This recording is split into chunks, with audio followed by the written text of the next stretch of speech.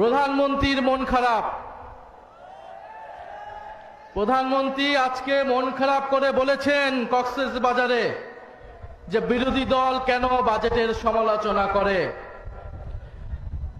প্রধানমন্ত্রীর মন খারাপ দেখে আমাদেরও মন খারাপ। আমরা চেয়েছিলাম আপনার বাজেটের প্রশংসা করতে, কিন্তু আপনি দুর্নীতির রাস্তা বন্ধ করেন নাই, লুটপাটের রাস্তা বন্ধ করেন নাই, ব্যাংক দখল বন্ধ করেন নাই। ফলে আমরা জানি না এই বাজেটের কত টাকা জনগণের উন্নয়নে ব্যয় হবে, কত টাকা আপনার দলের নেতা কর্মীর পকেটে যাবে। আপনি একটা বাজেট দিয়েছেন যার সাথে বাস্তবতার কোনো সম্পর্ক নাই। জনগণকে স্বপ্ন দেখাচ্ছেন, যেই স্বপ্ন পূরণ করতে আপনি চূড়ান্তভাবে ব্যর্থ হবেন। একটা বাজেট দিয়েছেন যেই বাজেটকে বাস্তবায়ন করতে হলে আপনাকে কয়েক লক্ষ কোটি টাকা ঋণ নিতে হবে বিভিন্ন দেশ থেকে। ফলে এই বাজেটের সমালোচনা, যৌক্তিক সমালোচনা বিরোধী দল হিসেবে আমাদেরকে করতেই হবে। আমরা খুব স্পষ্টভাবেই বলেছিলাম যে দেশে সুশাসন, স্বচ্ছতা, সংস্কার বাস্তবায়ন না হলে দুর্নীতি বন্ধ হবে না, চাঁদাবাজি, লুটপাট বন্ধ হবে না। আজকে হারে হারে বাংলাদেশের জনগণ সেটা দেখতে পাচ্ছে। ব্যাংক দখল শুরু হয়ে গিয়েছে। ইসলামী ব্যাংকে নতুন করে আবার এস আলমের হাতে তুলে দেওয়ার বন্দোবস্ত করছে।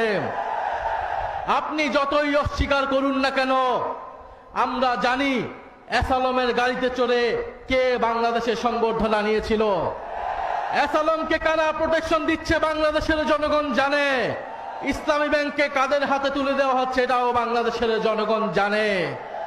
বাংলাদেশের জনগণ জানছে, কিন্তু বাংলাদেশের জনগণ এটা মেনে নেবে না। বিদ্যুতের দাম নজিরবিহীনভাবে বৃদ্ধি করা হয়েছে। গ্রামে গঞ্জে কোথাও বিদ্যুৎ পাওয়া যাচ্ছে না, দিনে 8 বার 10 বার করে লোডশেডিং হচ্ছে।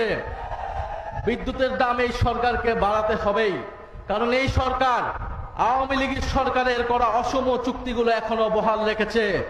আপনি আদানির চুক্তি আপনাকে বাতিল করতেই হবে, না হলে আপনি বিদ্যুতের দাম কোনোদিনই বাংলাদেশে কমাতে পারবেন না। ফলে আপনি আদানির চুক্তি বহাল রাখবেন, আপনি ইসলামী ব্যাংককে নতুন করে ইসলামের হাতে তুলে দিবেন, আপনি দুর্নীতি, চাঁদাবাজি বন্ধ করার জন্য কোনো ধরনের সংস্কার করবেন না, আর আপনার বাজেটকে বিরোধী দল প্রশংসা করবে, এটা বিরোধী দল থেকে অনেক বেশি প্রত্যাশা করা হয়ে যাচ্ছে। ফলে সরকারের কাছে আমরা বলবো যে বাজেট দিয়েছেন, এই বাজেট বাংলাদেশের জনগণের কোনো ধরনের অর্থনৈতিক পরিবর্তন করতে পারবে না। বাংলাদেশের উন্নয়ন করতে হলে আগে আপনাকে গণভোটের গণরায় অনুযায়ী সংস্কার করতে হবে, পুলিশ সংস্কার করতে হবে, দুদক সংস্কার করতে হবে, বিচার বিভাগ